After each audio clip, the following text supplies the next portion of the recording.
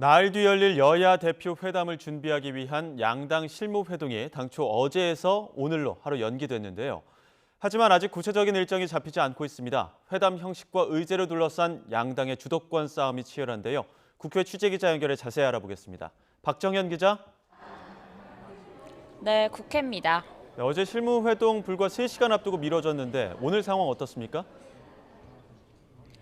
네, 일단 YTN 취재진이 아침에 여야 관계자들과 통화해본 결과 서로를 향한 반응들이 썩 좋지만은 않습니다. 어제 국민의힘 측에서 대표회담을 생중계하는 게 어떻겠냐는 취지로 언급하자 민주당 쪽에서 실무회동에서 할 얘기를 언론에 한다고 불쾌한 속내를 내비치며 회동이 하루 미뤄졌습니다. 이를 두고 국민의힘 핵심 관계자는 YTN과 통화에서 의제의 경우 민주당이 먼저 언론에 뿌려놓고 여당을 향한 불평만 하는 건 납득하기 어려운 부분이 있다고 잘라 말했습니다. 반면 민주당 관계자는 회담 생중계 자체를 부정적으로 보진 않지만 회담 형식은 합의를 거쳐 발표를 하든 해야지 선점하듯 언급을 하는 건 맞지 않다고 비판했습니다. 의제 자체를 둘러싼 신경전도 팽팽합니다. 현재 양측은 각각 주요 의제 3개씩을 내놓은 상태입니다. 국민의힘은 각종 탄핵과 청문회 등 정쟁 정치 중단과 국회의원 특권을 내려놓자는 정치개혁, 금융투자소득세 폐지 등 민생 현안을 꺼냈습니다. 민주당은 최상병 특검법과 전국민 25만 원 지원법, 지구당 부활을 강조하는 상황입니다. 지구당 부활같이 여야 의견이 비교적 크지 않은 주제들도 있는 반면 서로 수용하기 어려운 주제들도 적잖습니다.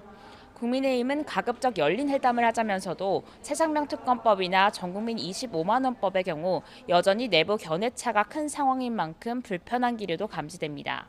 국민의힘 김재원 최고위원은 라디오 인터뷰에서 한 대표 생각에 맞는 최상병 특검법을 발의하더라도 정치 협상 과정에서 전혀 다른 결과가 나올 수도 있다며 우려를 표했습니다. 이에 민주당 김민석 최고위원은 김건희 특검법이나 김현석 독립기념관장 같은 문제가 아닌 한 대표가 약속한 현안만 올린 것 아니냐며 맞섰습니다.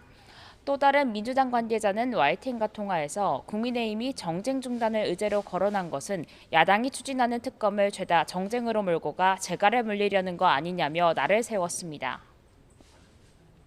네, 서로가 셈법이 복잡할 것 같은데 회담 앞두고 각 당 분위기는 어떻습니까? 네, 이 같은 신경전에도 불구하고 양당 모두 손해볼 건 없다고 평가하는 분위기입니다. 민주당 내부에선 최상병 특검법, 25만 원법 등 여당 내 이견이 있는 법안들을 제시하면서 내부 분열을 노릴 수 있겠다는 계산도 깔려 있는 것 아니냐는 분석도 나옵니다.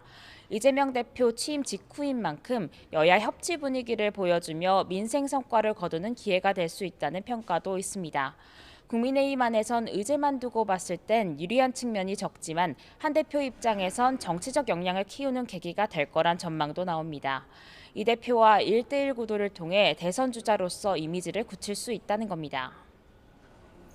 네, 오늘 국회 일정도 자세히 전해주시죠. 네, 먼저 국토교통위원회는 전체 회의를 열고 어제 법안 소위를 통과한 전세 사기 특별법 개정안을 의결을 했습니다. 22대 국회 들어 첫 여야 합의로 처리된 법안인 만큼 큰 변수가 없다면 오는 28일 국회 본회의 문턱을 넘을 것으로 보입니다. 모처럼 협치 분위기가 조성되는 것과 달리 국회 과학기술정보방송통신위원회에선 공영방송 이사 선임 과정의 정당성을 규명하기 위한 세 번째 방송장악 청문회가 야동 주도로 열리고 있습니다. 다만 이진숙 방통위원장과 김태규 직무대행은 불출석 사유서를 이미 제출한 상태고 다른 증인들도 다수 불참했습니다. 민주당은 아직 풀리지 않은 증명할 것이 많다며 청문회 필요성을 강조하고 있습니다.